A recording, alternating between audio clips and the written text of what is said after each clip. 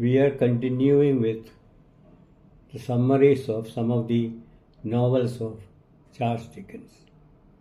The first is the interesting novel Oliver Twist. An orphan boy grows up in a cruel workhouse and among thieves in London. He falls into the gang of the criminal Fagin, but struggles to remain honest and kind. The novel exposes poverty, child exploitation, and crime in Victorian England.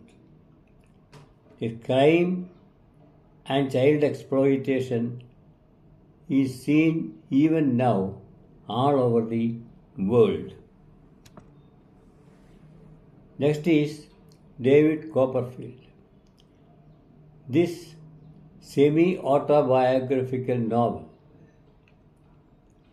follows David from childhood to adulthood. It's a becoming story.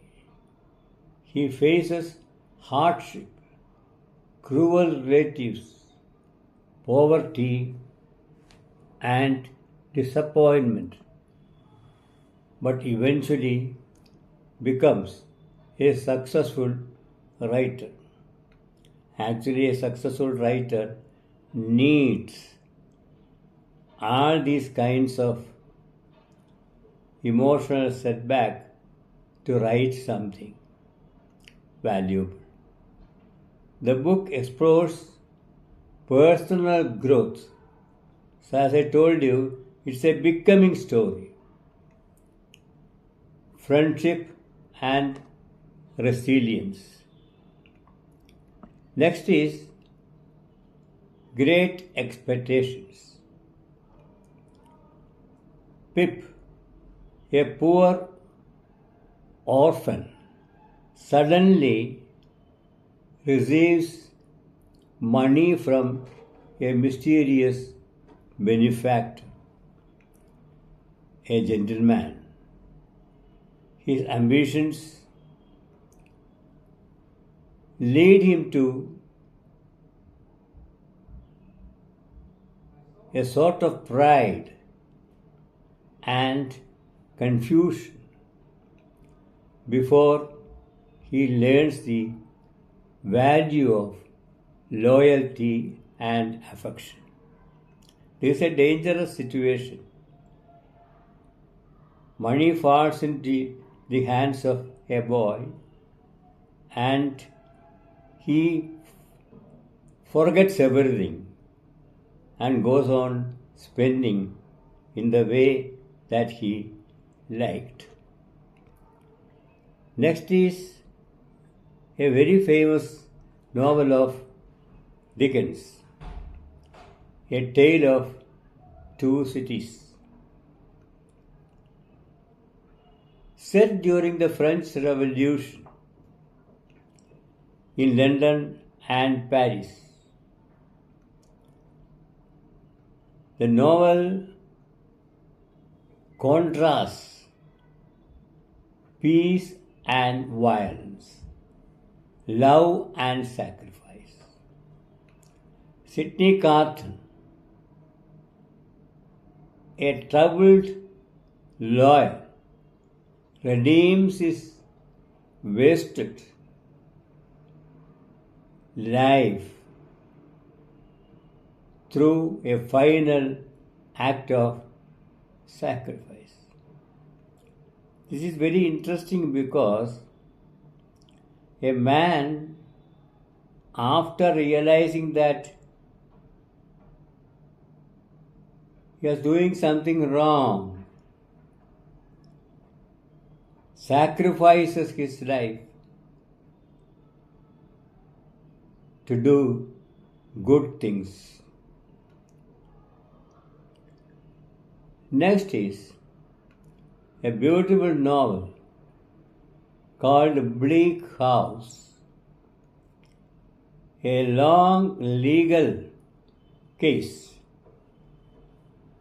drags on endlessly in the English courts,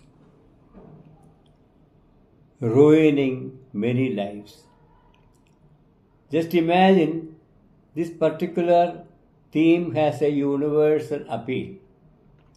In any corner of the world, if you file a case or if you enter into a court with some complaints, perhaps through the police,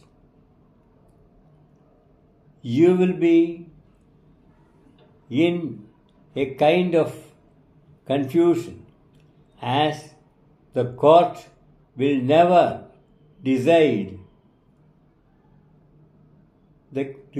on the case. This is a tragic situation, I would tell you, because the man or woman who files a case would lose his money, lose the ornaments of his wife, lose even his house, and he will be on the streets. He may even commit suicide along with his family. Really tragic, I tell you. Those are the types of quotes that are available all over the world. So you can see that Dickens deals with a lot of themes like a visionary, looking ahead or far ahead into the future. Dickens criticizes the legal system, social inequality, and hypocrisy. Hypocrisy is another element which kills people. Next is Hard Times. Set in the industrial town, the novel attacks excessive emphasis on facts, machinery, and profits. Dickens argues that imagination, compassion, and emotion are necessary for human happiness. If these are not there, happiness is not there. So these are the basic elements which make a human being happy. But whether this combination is available among the people is very, very doubtful. Next is Nicholas Nickleby. Young Nicholas tries to protect his mother and sister after his father dies. A common situation. He comforts his parents, but he goes on confronting cruel schoolmasters and greedy relatives while struggling to build an honorable life. It is really a struggle a man takes to better his life. Then comes The Pickwick Papers, a humorous series of adventures involving the cheerful Mr. Pickwick and his friends as they travel across England. It is filled with comic incidents and vivid characters. Just imagine Pickwick actually, or Dickens actually, you can say,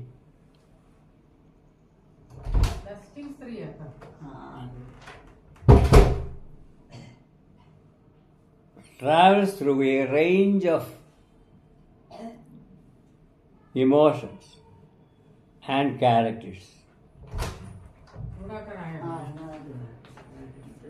And sometimes you can see that vivid characterization matches only some of the characterization of Shakespeare. Next, the ninth one, Little Dorrit. Any novel that he writes will have a social relevance. Amy Dorrit grows up in a doctor's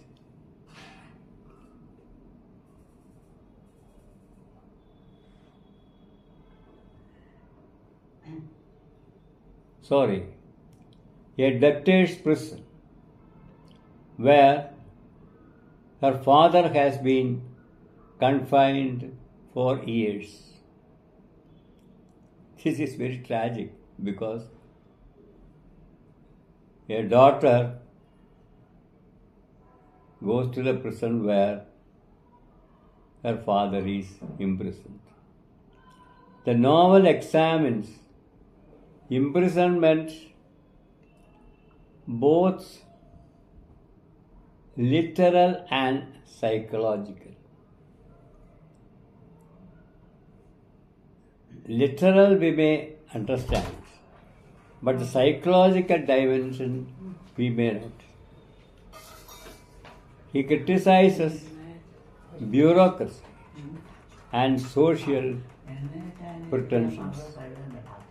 Bureaucracy sometimes kills people because of his strict adherence to rules, and it may lead to corruption.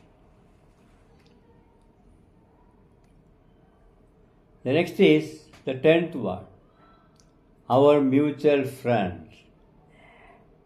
A complex story involving inheritance, greed, identity, and social ambition. Dickens portrays the corruption created by money and class obsession. So actually, Dickens deals with corruption and bureaucracy in many novels. Next is the 11th one, A Christmas Carol. The miser Ebenezer Scrooge, he is visited by ghosts who show him his past, present, and future. A mysterious novel.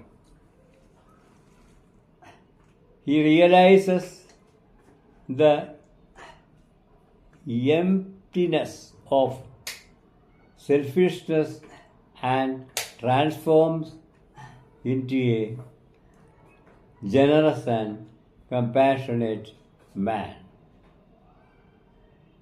This novel shows how a man can transform himself into a better person from a worst person. The 12th novel is Dombey and Son. Mr. Dombey values business and his son more than human affection. Family tragedy teaches him the importance of love and humility. Every novel of Dickens has an element of moral conclusion which help the readers understand oneself better. Next is the 13th one, Bombay Raj. Not a very popular novel of Dickens, a historical novel. It's a historical novel and centered on anti-Catholic riots in 18th century England. Dickens mixes political unrest with personal drama, a rare combination.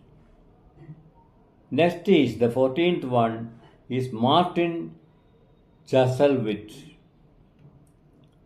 Young Martin sacks fortune and he sacks it after seeking for it. And maturity is not there while learning about selfishness and hypocrisy. But actually, he matures into a better human being because of his experiences. Parts of the novel satirize America and human greed. You can even consider America as a greedy nation even now.